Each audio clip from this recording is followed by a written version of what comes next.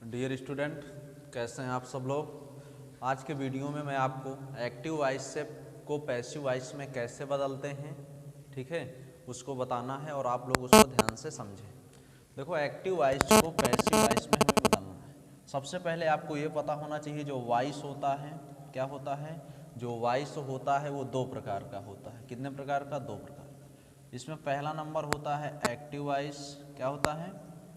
Active voice. और इसमें जो दूसरा नंबर होता है वो होता है पैसिव वॉइस, ठीक है। तो हमें आज करना क्या है, हमें एक्टिव वॉइस को, किसको? एक्टिव वॉइस को पैसिव वॉइस में बदलना है।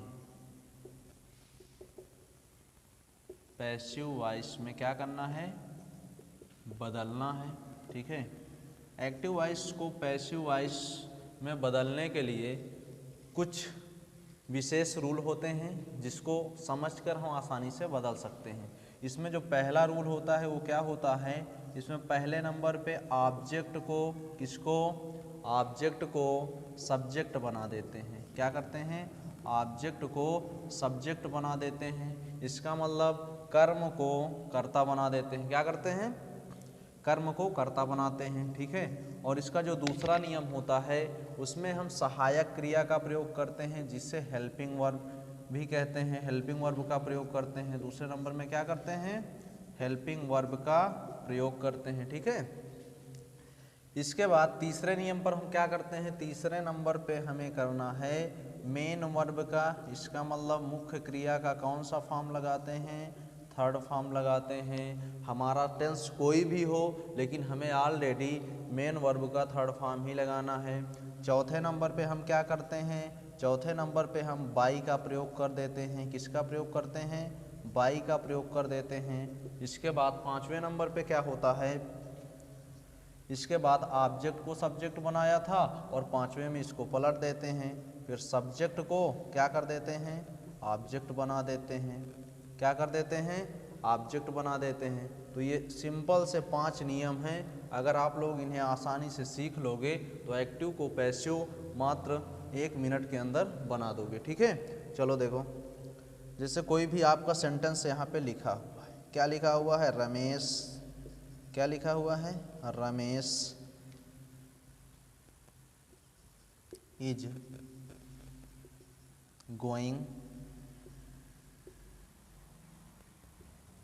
To school. जैसे आपका लिखा हुआ है Ramesh is going to school, तो सबसे पहले पहले नंबर पे हमें करना क्या है? ऑब्जेक्ट को सब्जेक्ट बनाना है। तो ऑब्जेक्ट आपको पता है, ये जो लास्ट में लिखा होता है, क्या लिखा हुआ है? To school.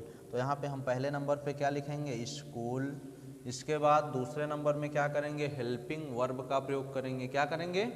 हेल्पिंग वर्ब का प्रयोग करेंगे। तो हेल्पिंग वर्ब तुम्हें पता है सहायक क्रिया इज लगी हुई है और जहाँ पे इज आता है उसके बाद बीइंग जोड़ देते हैं। तो क्या हो जाएगा? इज बीइंग हो जाएगा ना। और तीसरे नंबर पे हमें क्या करना है? मुख्य क्रिया का थर्ड फॉर्म। मुख्य क्रिया क्या होती है? देखो, गो। तुम्हें पता है जो मुख्य क्रियाएं होती हैं वो आना जाना, खाना पीना, लेना देना आदि सभी क्या होती हैं? मुख्य क्रिया होती हैं। तो गो का जो थर्ड फॉर्म होता है वो क्या हो जाएगा? गान हो जाएगा। चौथे नंबर पे क्या करोगे?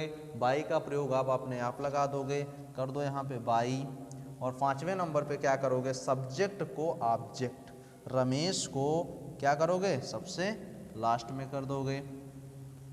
देखो, बन गया ना आपका passive voice. School is being gone by Ramesh. बिल्कुल सिंपल सा है, ठीक है। चलो, इसके बाद हम तुम्हें टेंस के कुछ रूल बताते हैं। किसके? टेंस के। वो कैसे? इसमें होता क्या है, जो टेंस होता है वो जस्ट आगे वाले में बदल दिया जाता है। वो कैसे? जैसे प्रेजेंट इंडेफिनिट टेंस है तो आप उसको प्रेजेंट कंटीन्यूअस में बदल दो। प्रेजेंट कंटीन्यूअस है उसके आगे वाले में बदल जाता है। लेकिन उससे पहले कुछ विशेष रूल ये होते हैं कि यदि आपके वाक्य में कोई भी क्रिया आती है, जैसे बी क्रिया। बी क्रिया किसे कहते हैं? बी वर्ब किसे कहते हैं? देखो, बी वर्ब ये होती है, जैसे इज है, एम है, आर है, वाज है, वेयर है, ठीक है। अगर ये क्रियाएं आती हैं तो आपको क्या करना है, बीइंग जोड़ देना है। क्या कर देना है, बीइंग जोड़ देना है। और आपका जो एक्टिव से पैसिव की जो सहायक क्रिया होती है एक्टिव की, वो पैसिव आसानी से बन जाएगी। जैसे यहाँ पे देखो इज आया था तो इज के बाद हमने क्या किया था, बीइंग जोड़ दिया था।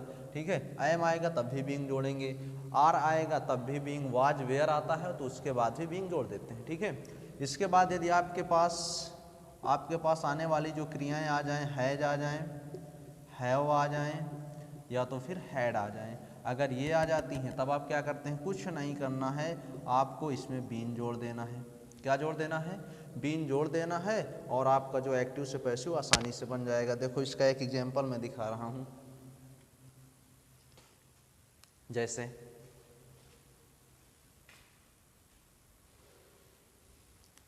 देखो इसका एग्जाम्पल,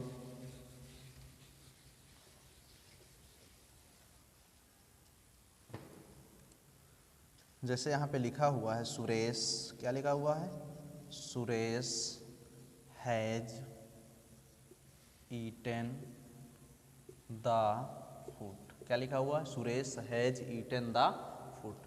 पहले नंबर पे आपको पता है क्या करते हैं, ऑब्जेक्ट को सब्जेक्ट बना देते हैं। पहले नंबर पे क्या करते हैं, ऑब्जेक्ट को सब्जेक्ट बना देते हैं। चलो बना दो सब्जेक्ट, तो क्या हो जाएगा, द फूड। ठीक है, आसानी से आप समझो। दूसरे नंबर पे क्या करते हैं, हेल्पिंग वर्ब का प्रयोग करते हैं। क्या करते हैं, हेल्पिंग वर्ब का प्रयोग। हेल्पिंग वर्ब क्या लिखा हुआ है, हैज। तो हैज के बाद आपको पता है कि क्या लगाते हैं, हैज के बाद बीन लगा देते हैं, और आपका सहायक क्रिया आसानी से बन जाता है। चलो हैज बीन कर दो, हो गया। तीसरे नंबर पे हम क्या करते हैं, मेन वर्ब का थर्ड फॉर्म, मुख्य क्रिया। देखो ईट लिखा हुआ है, और ईट का जो थर्ड फॉर्म होता है वो ईटेन होता है, तो इसको सेम आप उतार दो। ठीक है, चौथे नंबर पे हम क्या करते हैं, बाई का प्रयोग करते हैं। किसका प्रयोग, बाई का प्रयोग कर दो। पांचवें नंबर पे क्या करते हैं, फिर से सब्जेक्ट को ऑब्जेक्ट बना दो। सब्जेक्ट सुरेश होता है, सब्जेक्ट का मतलब होता है कर्ता, और कर्ता कहते किसे हैं, जो कार्य को करता है। तो सुरेश को उधर लिख दो, कोई दिक्कत नहीं, आसानी से समझ में आ गया होगा। ठीक है, और इसके बाद भी कुछ ऐसी क्रियाएं आती हैं जिसका पैसिव वॉइस हम निम्न तरीके से बनाते हैं। जैसे कोई भी मॉडल क्रिया आ जाए, आपको ये समझ में आ गया होगा ना।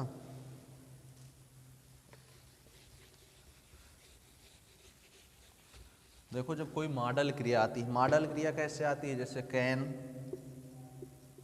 Can, could, shall, should, may, might, will, would, ETC. ठीक है, आदि मॉडल क्रियाएं आती हैं तो हमें करना कुछ नहीं होता, इन क्रियाओं के बाद हम बी जोड़ देते हैं। क्या जोड़ देते हैं, केवल और केवल बी। देखो इसमें बीइंग जोड़ा, इसमें बीन जोड़ा, और इसमें क्या जोड़ेंगे, बोलते हो। तो आप एक्टिव को पैसिव आसानी से क्या कर सकते हो, बना सकते हो। केवल आपको ये 5 नियम याद रखना है। पहले नंबर पे ऑब्जेक्ट को सब्जेक्ट, दूसरे नंबर पे हेल्पिंग वर्ब का प्रयोग, तीसरे नंबर में मुख्य क्रिया का थर्ड फॉर्म, और चौथे नंबर पे बाई का प्रयोग, और पांचवें नंबर पे सब्जेक्ट को ऑब्जेक्ट। और आपको ये समझ में आ गया होगा। इसका अगले नियम अगले पार्ट में मैं आपको बताऊंगा।